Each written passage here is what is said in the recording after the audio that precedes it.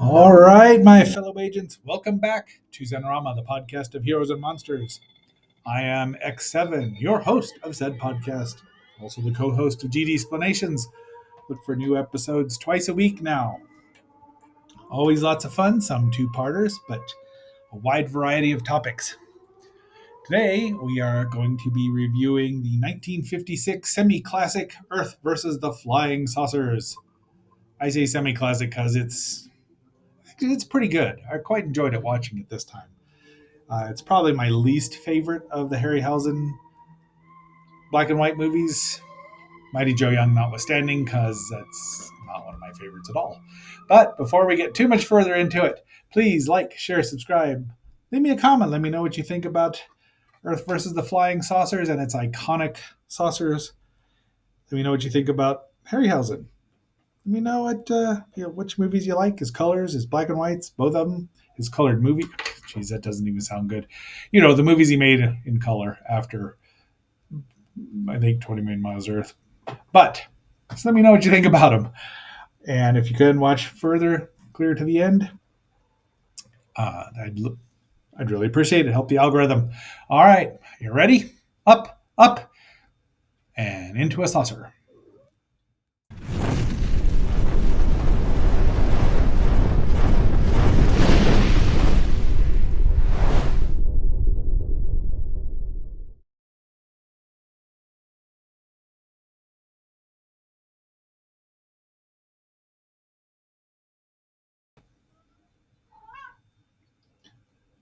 If you hear any cat noises, that is our new kitten Hex.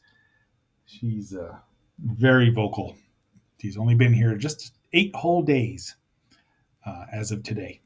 So I did miss my title card here, but I think that looks pretty cool. Anyway, we start out right away with flying saucers. I mean, bang. We know Harryhausen loved his slow build to the monster, a la King Kong, or at least the reveal of the title creature, but most of the time he did not start out that way.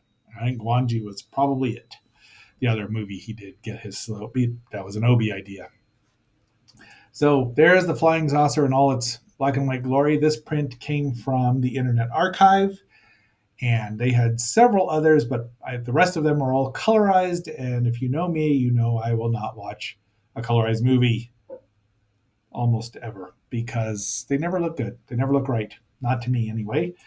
So we're introduced to Air Intelligence Command Headquarters, Hemispheric Defense Command Headquarters, and then we get the title Earth versus the Flying Saucers. It's kind of a clunky title, but I don't know what else they would have called it. I mean, the flying saucer thing was a big deal here. But these saucers, Ray animated them. Lots of stock footage in this movie, but the saucers look great. And so does they integrate the stock footage well and integrate the saucers into it, which is no surprise with Ray Harryhausen. So I think one of the reasons it's not my favorite of his movies is that the saucers are, he gives them some kind of personality, but it's not much. Here's our main stars. Joan Taylor would later on be in 20 Million Miles to Earth as an Italian. Hugh Marlowe. And, I meant to put in the picture. I have this book, Flying Saucers. I have one of the Major Donald Kehoe's books somewhere here. And there we go. And directed by Fred F. Sears. I think no, it wasn't. Never mind. So, Operation Skyhook. There it is. This is what it's going to do. There's our newly married couple, the Marvins. That would be, now they're not Martians, they're just Marvins. Hugh Marlowe as Dr. Russell A. Marvin and Joan Taylor as Carol Hanley Marvin, Hanley being her maiden name, which you find out later. But they're just newly married. I mean, like within days. Haven't even had a honeymoon. Although they might be having a honeymoon in the car, lighting a cigarette like that after seeing a UFO. So now they're down there, and she tells him he has to quit making passes at the stenographers. Look at all these instruments, which they just thought it looked good, and back then it did. You thought that's what they needed. So, surprise call from her dad, which is Major General Major General John Hanley, who is Morris Ankrum, and of course he's been in 6 gazillion things. I mean, you know him just by his selected filmography. There's more films in here than I could even talk about. I'm just looking to see if I've seen any of these. Got to get into the Song of the Thin Man. I have seen that. Thin Man series is quite good. Rocket Ship XM, Flight to Mars, Red Planet Mars, Son of Alibaba, as Alibaba, his dad apparently. Invaders from Mars as Colonel Fielding. So yes, we've talked about him and seen him in the past more than once, probably. Hi. Is there a reason? Oh, he's in Kronos and the Giant Claw, the beginning of the end. Yeah. A Giant from the Unknown. Curse of the Faceless Man as the narrator. Okay, he's been in a lot. Okay. So there's another one. This is rocket ship number 11. They keep sending him up. He's trying to get him to stop for Operation Skyhook because they keep disappearing. And guess what happens? He's there having dinner since they're newlyweds, and he's happy that his daughter's married to this guy, so they like each other at least. Nice to see. And hi, yes, little Agent Hex here is now making her presence known. They think that these are will-o'-the-wisps or will-o'-the-wisps, and I forget what they call them here. Oh, ball lightning, I believe. But guess we know if you're paying attention. I think I saw this movie at the CU Planetarium with Rick DePayne, but I couldn't tell you. There's number 11, and then they've lost contact with it. He's hey, no.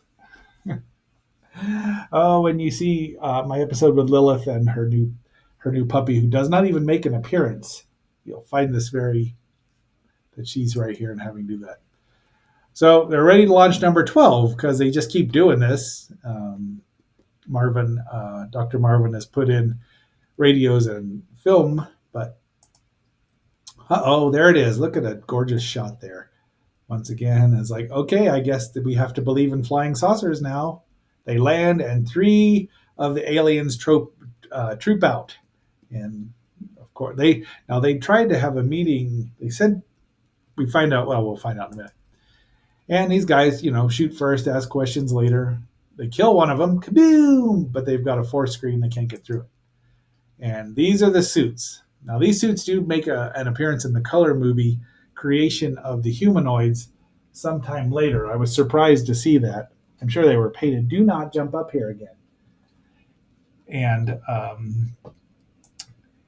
I might I probably won't put a picture over on here, but no. Lilith is going to find this hilarious. So they set their destructo beams on disintegrate, and there goes everybody. They blow up the skyhook and they just everyone. Now the only people that are left alive are the Marvins because they're deep in the basement where all the the shielding and everything is. But they don't know what's going on. There's our aliens. They have grabbed Hanley there, and they suck out his brain. Insane in the membrane. And now their air is running out, so he's leaving a record. But they find him. We don't even see them find him. I thought this was kind of a cop out. But the movie only runs 84 minutes. So they had to do a lot in a hurry. Hi. It was released in Los Angeles, June 13th, 1956.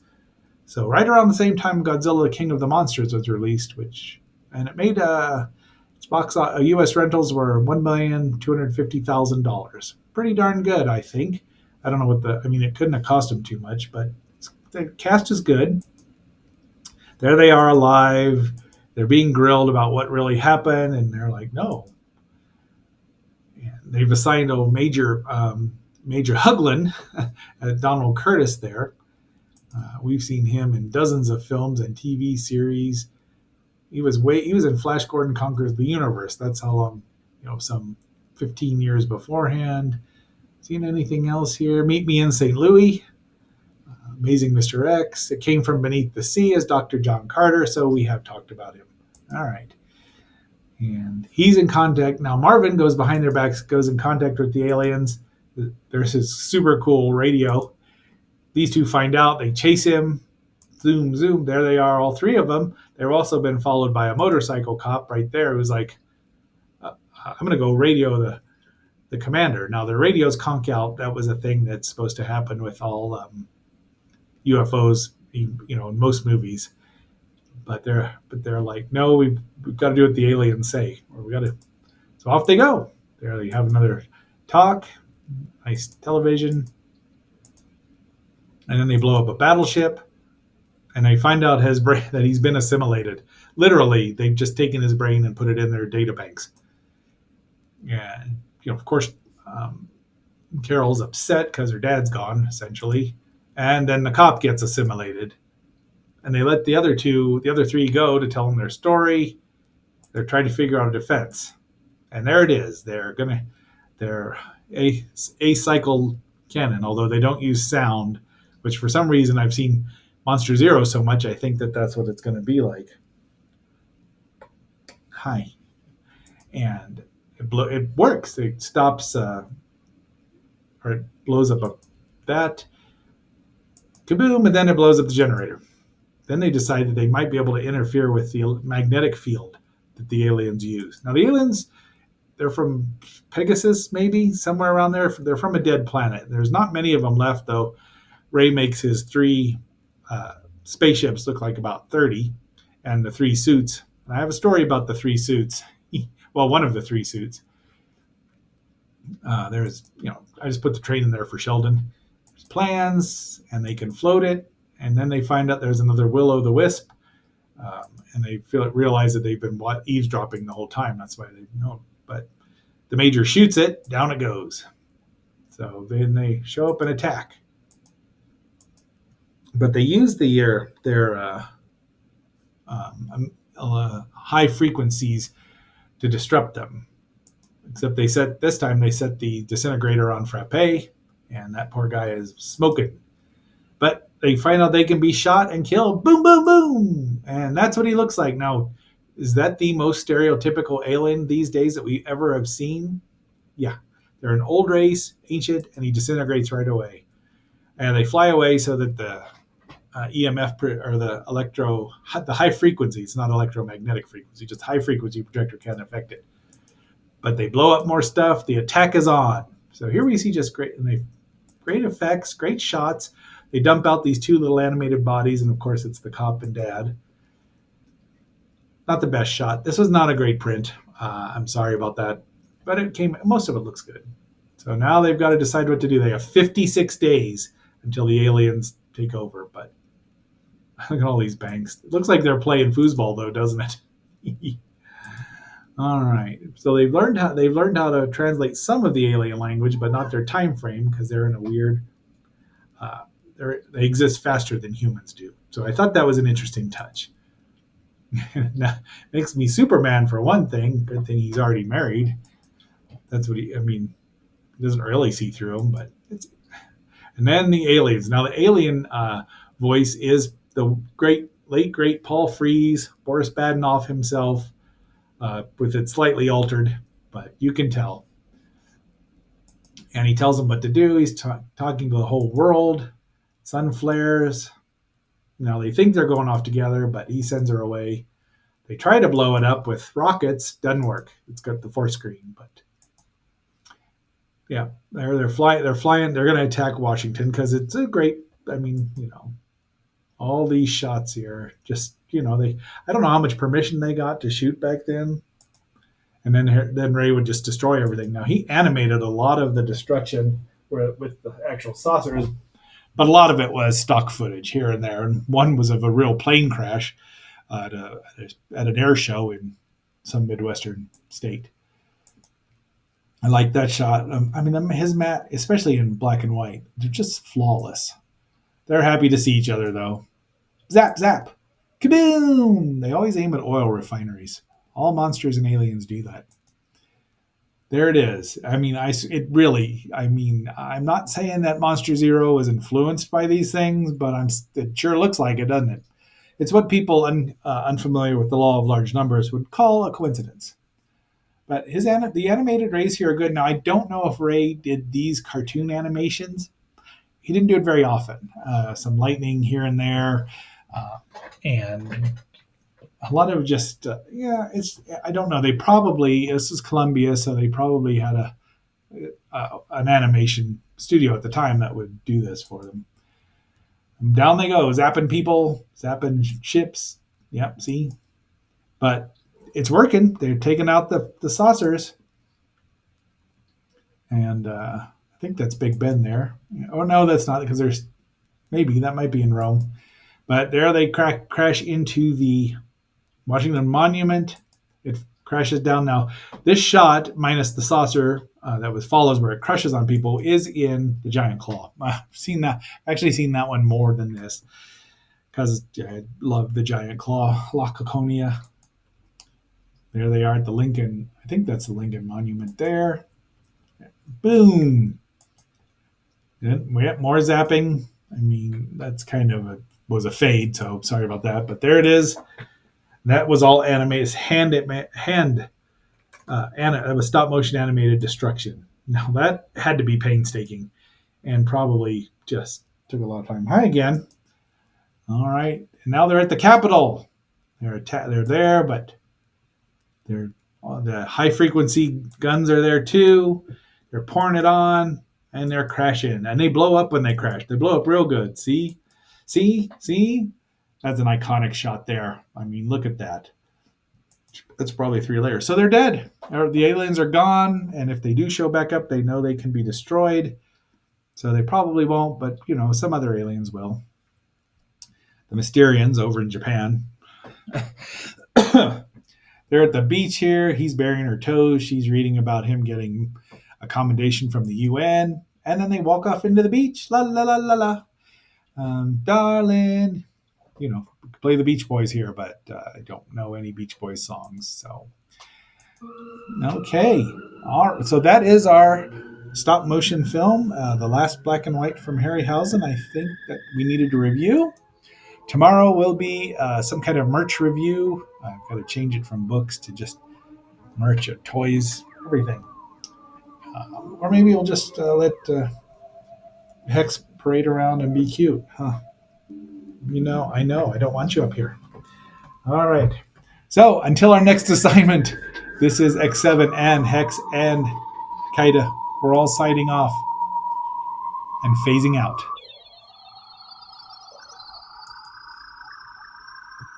I forgot the last card again.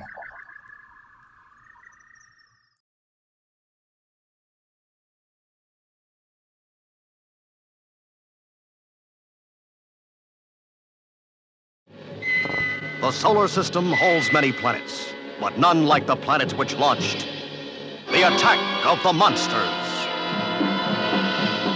A dying civilization bent on conquering the Earth for its own use. 2 boys from Earth, caught up in this fantastic adventure, find themselves as the only obstacles between the space creatures and the Earth's destruction. An army of evil creatures comes from every corner of this dying planet. While on Earth, the scientific world gathers in one final effort: the attack of the monsters. Gigantic creatures prepare for their onslaught of the Earth. And turning their evil destruction on one another, their planet trembles under the shattering fury of the most colossal battle in galactic history. Can the Earth survive? The attack of the monsters.